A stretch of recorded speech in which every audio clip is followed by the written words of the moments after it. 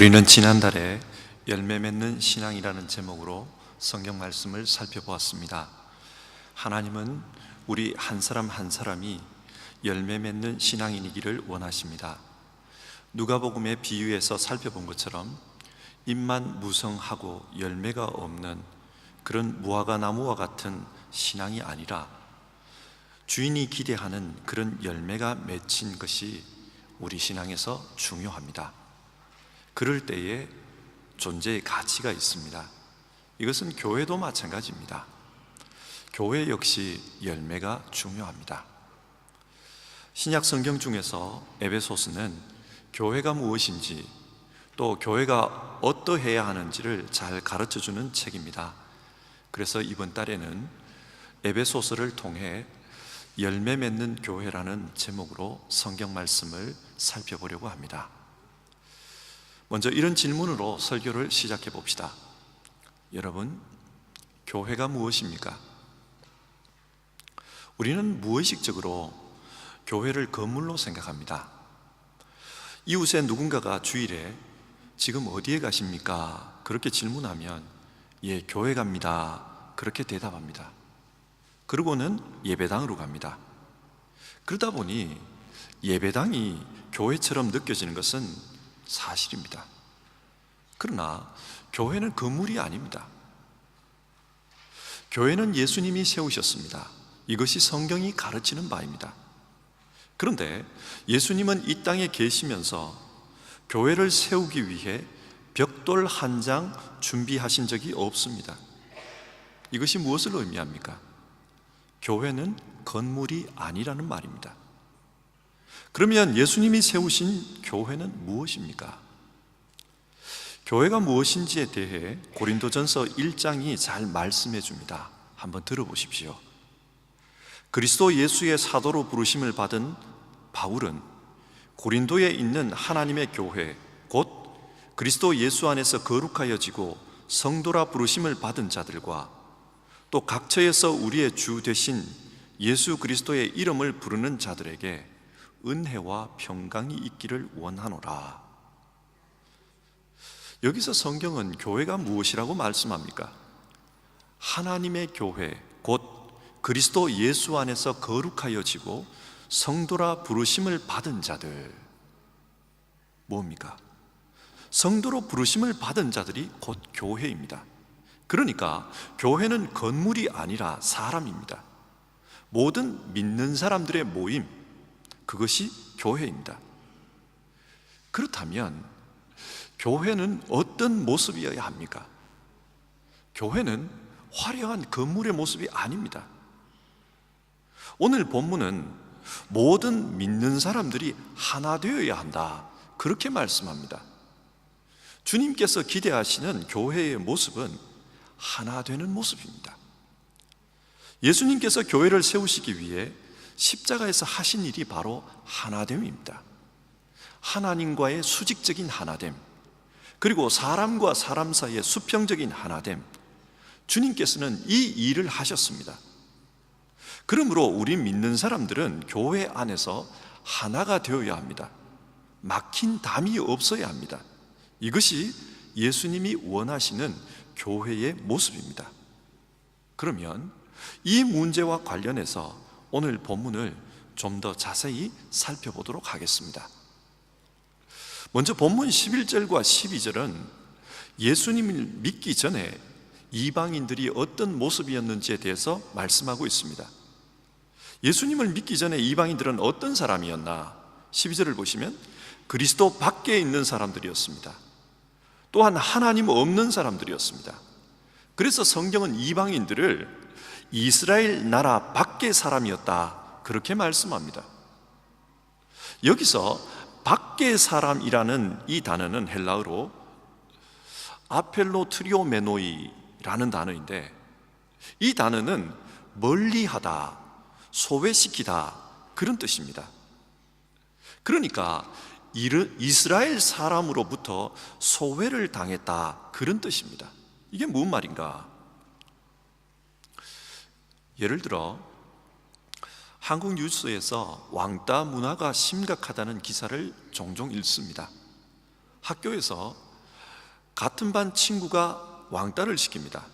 그래서 심각한 경우는 왕따 당한 아이가 자살을 하기도 합니다. 이것이 12절에서 말하는 아펠로트리오메노이입니다. 이스라엘 사람들은 종교적인 이유 때문에 이방인들을 멀리했습니다. 어느 정도로 무시하고 멀리했는가? 성경 주석가인 윌리엄 버클레이의 책에 이런 내용이 나옵니다. 유대인들은 하나님께서 이방인들을 지옥불의 연료로 삼기 위해 창조하셨다고 말하였다. 유대인들은 이방인들이 지옥에 들어가기로 예정되어 있다는 겁니다. 그리고 그 유대인들의 입장에서 볼 때는 이방인들은 지옥에 불을 때우기 위한 연료에 불과하다는 겁니다. 여러분, 누군가가 우리를 향해서 당신은 지옥에 떨어질 것입니다, 그렇게 말을 하면 어떤 기분이 들겠습니까? 당시 유대인들은 이방인들의 감정을 전혀 고려하지 않았습니다. 자기들은 선민이라는 이 사실에 도취되어 있었습니다. 그리고 이런 이야기도 나옵니다. 유대인들은 하나님께서 모든 민족 가운데 오직 이스라엘만을 사랑하신다고 믿었다. 그래서 심지어는 이방인 산모가 산고로 고통을 받을 때 그녀를 도와주는 것은 율법에 어긋난다고 생각했다. 왜냐하면 이 세상에 또 다른 이방인 하나를 태어나게 하는 것은 하나님 앞에 잘못이라고 믿었기 때문이다. 이 세상에 쓸모없는 이방인 하나가 더 태어나면 오히려 하나님의 영광을 가린다고 그렇게 생각했다는 겁니다. 그래서 이방인이 태어날 때 유대인들은 그들을 도와주지 않았습니다. 이런 글들을 읽다 보면 유대인들의 선민 사상이 얼마나 자기 중심적이고 다른 민족을 비하하는 것인지를 알 수 있습니다. 물론 여기서 우리가 조심해야 될 것은 이런 유대인들의 배타적 성품을 들먹이면서 유대인들은 홀로코스트를 당해도 싸다, 마땅하다, 그렇게 생각해서는 안 되는 것입니다. 그러나 바울이 에베소서를 쓸 당시 유대인들의 배타성이 얼마나 심각했는가 하는 것은 짚고 넘어가야 합니다. 바울 사도는 이런 상황을 유대인과 이방인 사이에 막힌 담이라고 표현을 합니다. 막힌 담이 있었다. 그런데 바울이 이런 표현을 쓴 데에는 그만한 이유가 있었습니다. 예수님 당대에 살았던 요세푸스라는 유대인 역사가가 있습니다. 이 사람은 유대 고대사와 유대 전쟁사라는 책을 써서 예수님이 사시던 1세기의 상황을 우리에게 생생하게 전해줍니다. 유대 전쟁사라는 책을 보면 당시 예루살렘 성전에 대한 묘사가 나옵니다. 예루살렘 성전은 예루살렘 제일 높은 언덕에 있었는데 그 성전 건물 주변에 제사장의 뜰이 있었다는 겁니다. 이 뜰은 제사장들이 하나님께 제사를 드리는 곳입니다. 그리고 그 뜰에서 밖으로 나오면 유대 남자들만이 들어갈 수 있는 이스라엘의 뜰이 있습니다. 그리고 거기서 좀 더 나오면 유대 여자들이 들어갈 수 있는 여인의 뜰이 나온다고 합니다. 그 여인의 뜰에서 5계단을 내려오면 하나의 벽이 있고 또 그 벽에서 14계단을 내려오면 또 다른 벽이 있다고 합니다. 이 벽은 돌로 쌓아놨는데 높이가 약 1.5m 정도였고 유대인들은 이 벽을 통해 이방인들이 들어가서는 안 되는 그런 공간을 표시했다고 합니다. 아무리 하나님을 믿는 경건한 이방인이라 할지라도 이 벽 안으로는 들어갈 수 없다, 그것을 표시해 주었습니다. 그래서 이 벽 위에는 일정한 간격으로 돌 비석이 서 있었는데 그 비석에 헬라어와 라틴어로 이방인에 대한 경고문이 써 있었다고 합니다. 1871년과 1935년에 고고학 발굴을 통해서 이 비석이 발굴이 되었습니다. 그래서 그 비석에 무슨 내용이 써 있었는지를 알 수 있게 되었는데요, 이런 내용입니다. 다른 종족의 누구도 이 울타리를 넘어 성전의 영역 안에 들어오지 못한다. 이를 범해 붙잡히는 사람은 그로 말미암은 죽음에 스스로 책임져야 한다. 이 벽 안으로 들어가다가 붙잡히면 죽임을 당한다는 겁니다. 실제로 로마 당국은 이 규정을 범한 이방인들에게 체벌을 할 수 있도록 유대 종교 지도자들에게 허용을 해 주었습니다. 그래서 붙잡히면 끔찍하게 죽였다 그래요. 돌을 가지고 두개골을 찍어서 죽였답니다. 끔찍하게 죽였어요.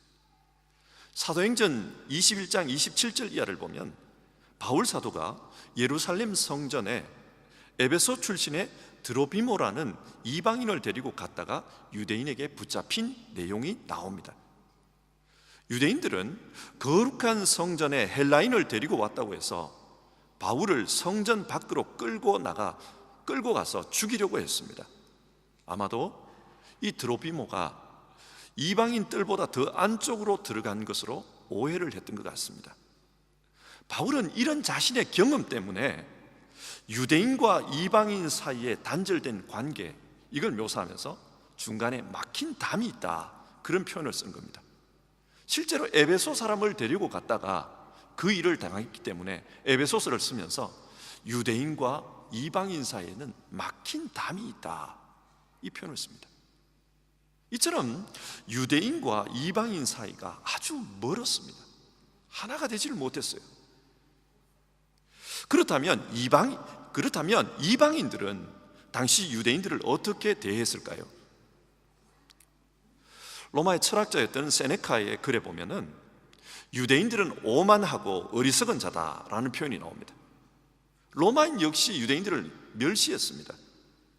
그리고 유대인들이 안식일에 일을 하려고 하지 않자 이 유대인들은 게으르기 때문에 일을 안 하려고 한다, 그렇게 글을 남겨놓았습니다.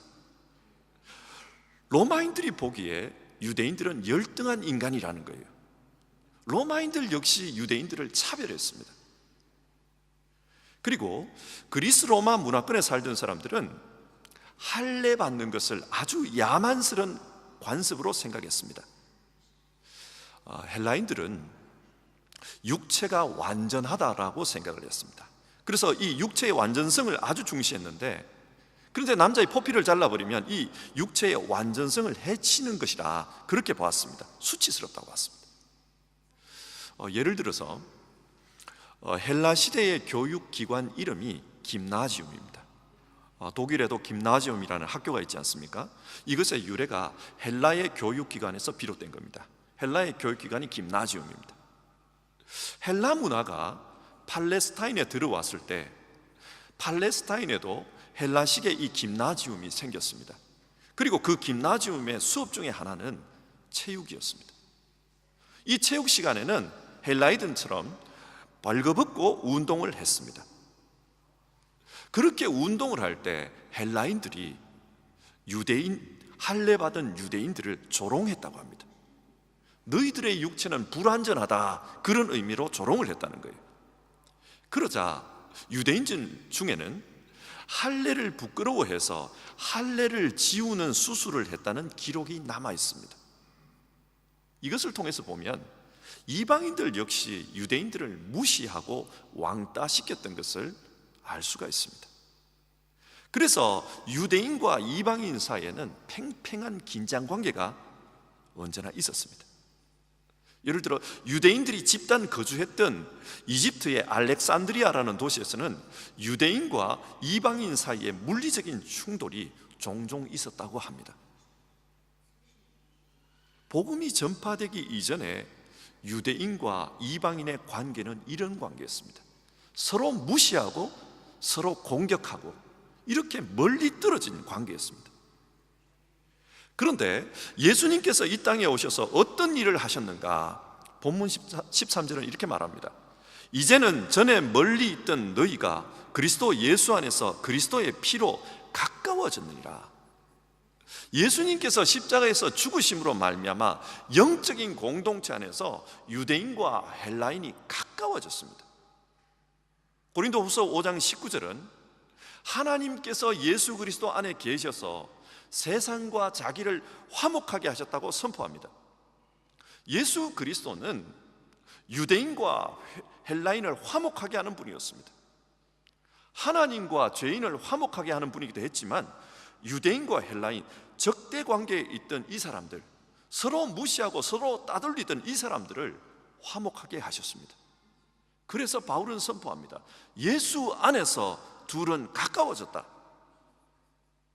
이것을 14절에서는 중간에 막힌 담을 허신 사건이라고 말씀합니다.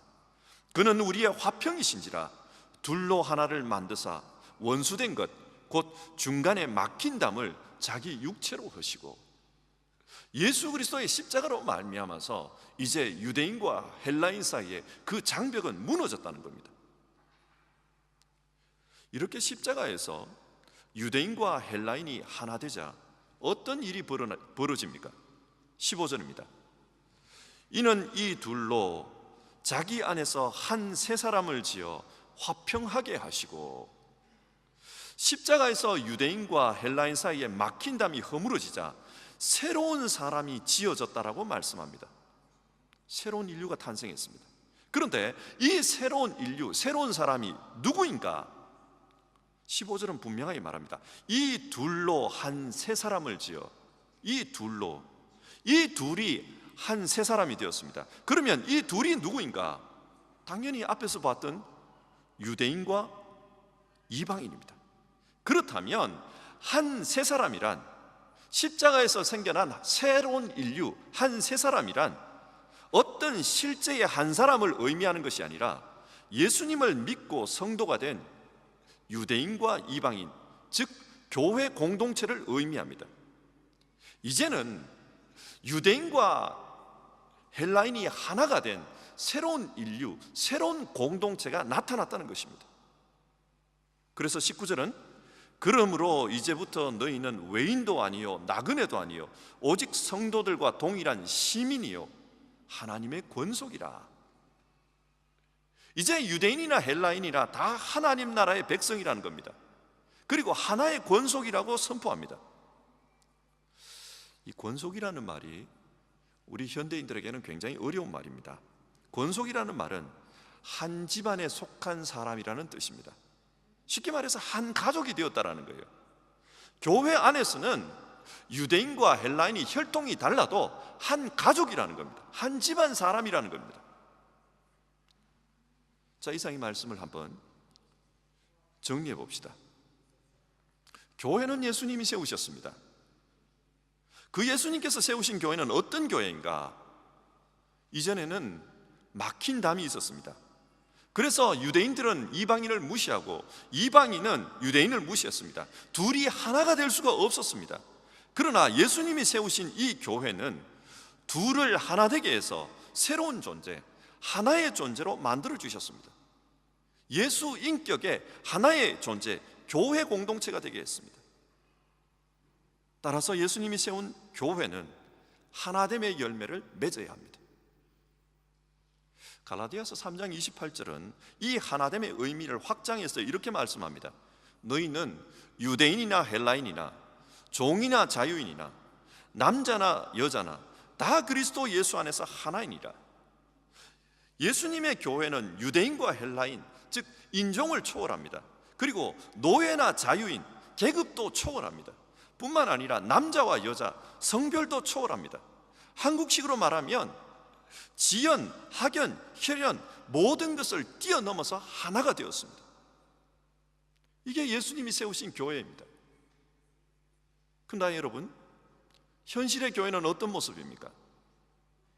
우리 소망교회가 아니라 전체 한국교회를 두고 한번 생각해 보십시오. 예수 그리스도께서 피로 허무신 벽을 다시 쌓는 일들이 교회 안에 얼마나 많습니까? 사람들은 계속해서 우리라는 울타리를 만들어가고 있습니다. 한국말의 우리는 참 정겨운 말입니다. 우리나라, 우리 민족, 우리 가족, 우리 엄마, 우리 고향, 얼마나 정겨운 말입니까? 그런데 이 우리라는 말은 동시에 굉장히 배타적인 성격을 포함하고 있습니다. 언어학자들에 따르면 우리라는 말은 울타리에서 나왔다고 합니다. 그러니까 울타리 안의 사람과 울타리 밖의 사람을 구분하는데 이 우리라는 말이 쓰입니다. 편을 나누는 말입니다. 생각해 보십시오. 교회 안에 얼마나 편을 나누는 일들이 많습니까? 나는 장로교에서 신앙을 배웠다. 당신은 어느 교파 출신이냐? 저 사람은 진보적인 색깔이다. 당신은 어떤 색깔이냐? 우리는 여러 가지 잣대들을 들먹이면서 담을 쌓는 일들을 합니다. 같은 편이면은 그만큼 더 친해질 수 있지만 서로 다른 편이면은 멀어지는 것은 당연지사입니다. 그런데 교회 안에서 이런 일들이 반복이 되고 있어요. 현대사회를 특징짓는 말 중에 하나가 다양성입니다. 우리 모두는 다 다릅니다. 성격도 다르고 생각도 다릅니다. 같은 취미, 같은 성향을 가진 사람들도 혹 있는 것은 사실이지만 크게 보면 우리 모두는 다 다릅니다. 그래서 우리가 사는 사회에서는 서로 공존하기 위해서, 이 다양한 사람들이 서로 공존하기 위해서 다양성을 존중하는 것을 굉장히 중요한 가치로 생각합니다. 그런데 이렇게 다양한 사람들이 교회에서 모이다 보면 어떤 현상이 발생할까요? 만약 나와 다르다고 상대방을 배타하고 우리의 울타리 속으로 들어올 수 없다고 소외시키면 이 세상에 같이 갈 수 있는 사람이 누가 있겠습니까? 고린도전서 9장을 보면 바울 사도가 이런 말을 합니다. 유대인들에게 내가 유대인과 같이 된 것은 유대인들을 얻고자 함이요, 율법 아래에 있는 자들에게 내가 율법 아래에 있는 자가 아니나 율법 아래에 있는 자가 된 것은 율법 아래에 있는 자들을 얻고자 함이요. 바울 사도가 보았던 고린도 교회 안에도 다양한 사람들이 있었습니다. 너무 달랐습니다. 그러나 바울 사도는 그 다양한 지체들을 하나로 묶어내기 위해서 스스로 노력했다는 것입니다. 실제로 교회 안에서 사람들을 만나다 보면 그 신앙적 스펙트럼이 얼마나 다양한지 모릅니다. 어떤 사람은 신앙이 굉장히 보수적이에요. 또 어떤 사람은 굉장히 진보적일 경우도 있습니다. 이런 상황에서 자기 신앙만 옳다고 하면 교회 안에서 어떤 일이 벌어지겠습니까? 그리고 내 신앙으로 다른 사람의 신앙을 한번 바꾸어 보겠다, 그렇게 생각하고 덤벼들면 여러분 어떤 일이 발생할까요? 오늘 우리가 살펴본 에베소 교회의 유대인과 이방인처럼 서로가 서로를 무시하고 서로 다투는 그런 일이 우리 현장에서도 발생할 것입니다. 바울 사도가 예수님이 세우신 교회의 특징이 막힌 담을 흘고 그래서 한 권속이 되었다고 말하는 이유를 여러분 한번 생각해 보십시오. 교회는 다양한 사람들이 모이지만 다양성 그대로 있으면 그것은 올바른 교회가 아닙니다. 모래 알갱이들을 모아가지고 그렇게 울타리를 쳐놓았다고 해서 그게 교회가 아니라는 말입니다. 다양함에도 불구하고 교회는 하나됨을 추구해야 합니다. 서로가 하나 될 때, 그때 예수님이 세우신 참된 교회가 되는 것입니다. 물론 여기서 하나 되자는 것이 회기라를 의미하는 것은 아닙니다. 하나됨은 예수님의 화목을 닮아가는 것입니다. 그 화목의 예를 바울 사도는 잘 보여줬습니다. 유대인 앞에서는 자신이 율법 아래 있지 않지만 율법 아래 있는 자처럼 그렇게 행동을 했고, 자신에게 율법은 중요하지 않지만 상대방이 율법을 따지고 드는 사람이면 율법을 존중해줬고, 자신이 율법을 잘 알지만 상대방이 율법 없는 자라면 율법을 모르는 자처럼 그렇게 행동했다는 것입니다.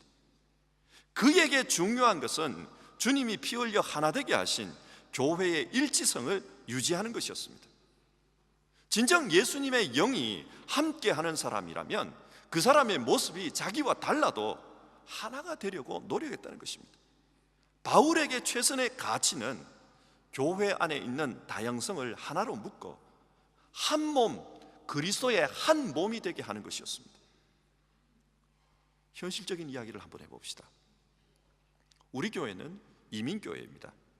우리가 신앙 교육에서 이 교회에서 자라게 한 사람들보다 더 많은 경우는 한국에서 혹은 다른 도시에서 신앙하다가 이쪽으로 이주해 오신 분들입니다. 그러다 보니 우리 교회 안에는 우리 교회 색깔에 맞는 혹은 우리 교회다운 그런 신앙이라는 게 찾기가 어려워요. 우리 교회, 이민교회에서는 신앙의 다양한 모습들이 한 공동체 안에 모이는 것이 어쩔 수 없는 일입니다. 그런데 이런 다양한 사람들이 어떻게 하나가 될 수 있겠습니까? 21세기를 사는 사람들은 개인주의 성향이 강합니다. 남들과 어울리기를 싫어합니다. 자기 개성을 중시합니다. 하나됨보다는 다양성이 더 중요합니다. 그러니 어찌 하나됨을 실천하는 교회가 될 수 있겠습니까? 참 어렵습니다. 그러나 여러분, 그래도 해야 합니다. 그래야 교회입니다. 그래야 그리스도의 몸인 교회가 될 수 있습니다. 몸은 여러 지체가 하나로 연결되어 있을 때 몸이지, 여러 지체가 해부되어서 각각의 용기 속에 담겨져 있어서 한 장소에 있다고 해서, 놓여져 있다고 해서 그게 몸은 아닙니다. 우리는 어려워도 일치를 이루는 노력을 해야 합니다. 그렇게 해야 그게 교회입니다. 저는 우리 교회의 목회 기본 단위를 구역으로 봅니다. 아동부, 청소년부, 청년부, 사랑누리, 두란노 여러 부서들도 있지만 이 부서의 크기가 커지다 보면은 그 안에는 서로 어울리지 못하는 사람들이 생겨납니다. 그래서 소망교회에서 예배드리고 있지만 한 가족, 한 권속이 되지 못하는 경우가 있을 것입니다. 바라기는 여러분 모두 구역으로 들어가십시오. 그래서 그 작은 공동체 안에서 한 가족이 되어 주십시오. 비교해서 한번 생각해 봅시다. 한 가족인데, 같은 집에서 살고 있는데, 그런데 말을 안 해요. 어떤 어려움이 있는지, 어떤 즐거움이 있는지, 어떤 필요성이 있는지 서로 말을 안 해요. 한 건물 안에 살지만 만약 그렇게 산다면 그 사람들은 가족으로서는 빵점짜리입니다. 가족이라고 말할 수도 없습니다. 마찬가지입니다. 같은 교회 교인이면서 서로가 서로에게 무관심하다면 그것은 한 권속이라고 말할 수 없습니다. 구역 안에서 여러분 가족이 되어 주십시오. 이 10월 달부터 여러분 구역 안으로 들어가십시오. 그리고 하나가 되어 주십시오. 큰 무리의 사람들과 하나가 될 수 없다면 적어도 구역 안에 들어가셔서 하나가 되어 주십시오. 우선적으로 우리 교회가 맺어야 할 부분은 여기에 있다고 생각합니다. 구역을 통해 서로 기도해 주시고, 구역을 통해서 서로 권면도 해 주시고, 서로 같은 주님을 닮아가기 위해서 한 방향으로 한번 뛰어도 보십시오. 이것이 우리가 이 가을에 생각해야 될 열매입니다. 이런 하나됨이 없으면 우리는 주님의 한 몸으로서의 교회는 될 수가 없습니다. 나는 다른 교회에서 와서, 나는 한국에서 와서, 그래서 이곳에는 아는 사람이 없어 여러분들의 입장을 충분히 이해할 수 있습니다. 그러나 우리가 교회가 되려면 우리는 하나가 되어야 됩니다. 작은 공동체 안으로 들어가십시오. 그리고 그 속에서 하나됨의 열매를 맺으시기 바랍니다. 그게 교회가 교회되는 길입니다. 기도하겠습니다. 하나님 아버지, 지금은 추수의 계절 가을입니다. 열매를 생각하는 계절입니다. 그래서 열매 맺는 교회에 대해 성경을 통해 살펴보고 있습니다. 성경은 우리 역시 마지막 때에 하나님의 심판대 앞에 서서 열매에 대한 판단을 받을 거라 말씀합니다. 오늘 에베소서를 통해 교회는 주께서 하나 되게 하신 것을 힘써 지키는 공동체라는 것을 우리가 살펴보았습니다. 다양성이 팽배한 21세기, 그리고 다양한 사람들이 모인 이민교회, 이곳에서 하나됨을 이루어가는 그런 교회 될 수 있기를 주님 기도합니다. 우리를 도와주소서. 바라기는 작은 구역 모임 안에서 온전한 친교가 일어날 수 있도록 도와주시옵소서. 신앙적인 교통이 일어나도록 도와주시옵소서. 우리가 매주 고백하는 사도신경처럼 성도가 서로 교통하는 그런 교회 되게 하옵소서. 예수님의 이름으로 기도드립니다. 아멘.